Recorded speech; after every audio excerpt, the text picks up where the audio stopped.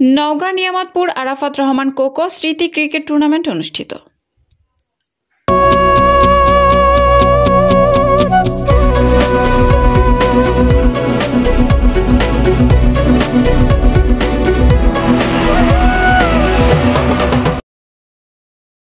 আসসালামু আলাইকুম। এডিপি বাংলার সংবাদে সবাইকে স্বাগত জানাচ্ছি সুমা আহমেদ। নিজস্ব প্রতিনিধির পাঠানো তথ্যচিত্রে দেখুন বিস্তারিত। নওগাঁ নিয়ামতপুরে দেশনেত্রী বেগম খালেদা জিয়ার ছোট ছেলে আরাফাত রহমান কোকো স্মৃতি ক্রিকেট টুর্নামেন্ট ফাইনাল খেলা অনুষ্ঠিত হয়েছে। দুপুরে নিয়ামতপুর হাই স্কুল মাঠে আরাফাত রহমান কোকোর স্মৃতি ক্রিকেট ফাইনাল টুর্নামেন্ট খেলা অনুষ্ঠিত হয়। এ সময় প্রধান অতিথি হিসেবে উপস্থিত থেকে বিজয়ীদের হাতে ট্রফি ও অন্যান্য পুরস্কার তুলে দেন বীর মুক্তিযোদ্ধা ও সাবেক সংসদ সদস্য নিয়ামতপুর উপজেলা বিএনপির সভাপতি ডাক্তার সালেক চৌধুরী। সভাপতিত্ব করেন সাদরুল আমিন চৌধুরী। সিরাজুল ইসলামের উপস্থাপনায় আরাফাত রহমান ক্রিকেট টুর্নামেন্ট অনুষ্ঠিত হয়।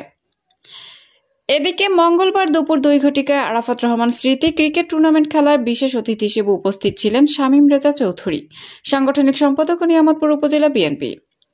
আর উপস্থিত ছিলেন আমিনুল ইসলাম ভিপি, সাবেক চেয়ারম্যান 1 নং হাজিনগর ইউনিয়ন পরিষদ, মামা ইমরান হোসেনের সাবেক চেয়ারম্যান 8 নং বাহাদুরপুর ইউনিয়ন পরিষদ, মোহাম্মদ আব্দুর রহমান বাবু চেয়ারম্যান বিআর ভিপি, মোহাম্মদ মঞ্জুর রহমান আহ্বায়ক নিয়ামতপুর উপজেলা যুবদল, মোহাম্মদ আরিফুল ইসলাম যুগ্ম আহ্বায়ক নিয়ামতপুর উপজেলা যুবদল,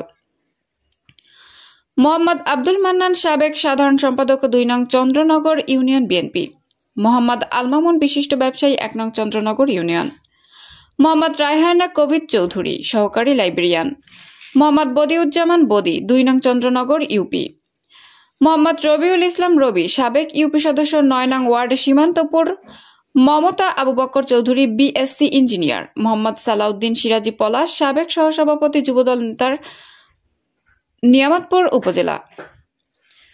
প্রধান উপদেষ্টা হিসেবে উপস্থিত ছিলেন মোহাম্মদ মোস্তাক আহমেদ চৌধুরী, সাধারণ সম্পাদক নিয়ামতপুর উপজেলা যুবদল।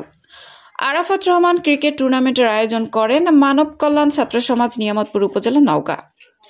এ সময় প্রধান অতিথির বক্তব্যে ডাক্তার সালেক চৌধুরী বলেন, বর্তমান যুব সমাজ খেলাধুলা থেকে হারিয়ে গেছে।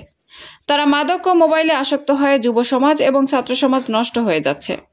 তাদেরকে খেলাধুলার প্রতি আকৃষ্ট করতে পারলে সমাজে আর কোনো হানাহানি ও অশান্তি থাকবে না। ছোট ছিলাম তখন স্কুল যখন শেষ হতো আমরা বাড়িতে যাই কোনো রকমের খেয়ে শুয়ে মাঠ, স্কুলের মাঠ, বল খেলার মাঠ বা শীতের সময় ভলি খেলার মাঠ আমরা খেলতাম আর পড়তামও।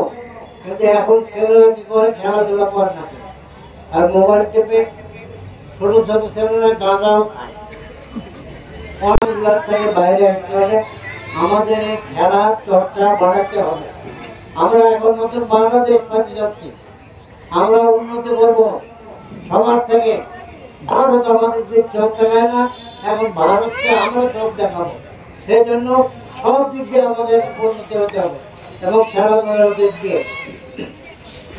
তোমরা যে ছোট অনুষ্ঠানে ভালো খেলা খেলেছ তার জন্য সবাইকে ধন্যবাদ জানাই এবং আগামীতে এই অনুষ্ঠান যেন চালু থাকে এ বলে আমি শেষ করলাম।